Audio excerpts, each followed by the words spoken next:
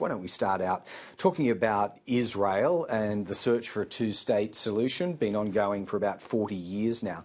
The war with Hamas won't last forever, and like Germany and Japan before it, when the guns fall silent, there will be a need, won't there, to reset thinking about what the reconstruction looks like and who governs Gaza. Why doesn't that make now a good time to consider recognition of a Palestinian state? Well, you're referring to last night, of course, to Penny Wong's speech. And I think the problem there is that this is a premature call by the Albanese government for a two-state solution. Whilst there are still Israeli hostages held by Hamas, Hamas is still a political and military force. And if we want to have a two-state solution, which has been the bipartisan position for a long time, we need to have security and a peaceful settlement of sorts. And until that happens, it's very, very difficult.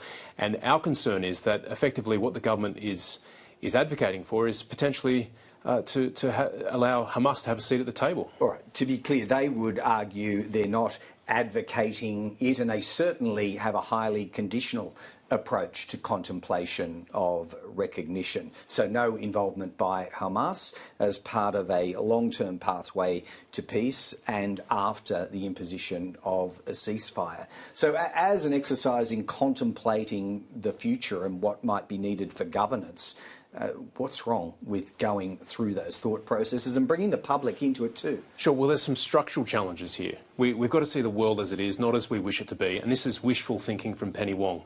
Palestinian leadership is divided between the Palestinian Authority, which is very weak. President Abbas is weakened, and Hamas. Hamas is still a force in Gaza.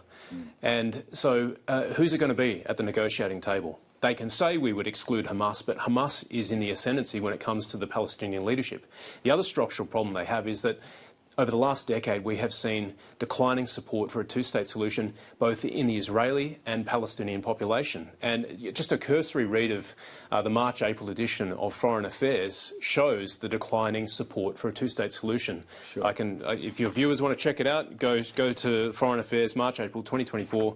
It shows over the last decade the declining support for a two-state solution. So we've got to deal with the reality as it is now, and we should be working for security, the return of the hostages, the removal of Hamas as a fighting force and a political force. They are also among Penny Wong's conditions. Sure. And Australia's not alone in contemplating this semi-publicly, is it? I mean, the UK has, and up to a point the Biden administration has too. It would be burying one's head in the sand to not contemplate what happens after the war, wouldn't it? Of course, we all want peace. We all want peace, but Hamas cannot be part of that settlement. And the government has said they would exclude Hamas. That's great. What are they doing to put pressure on Hamas to return the hostages and surrender? Then we can start talking about a settlement with the Palestinian authorities. All right.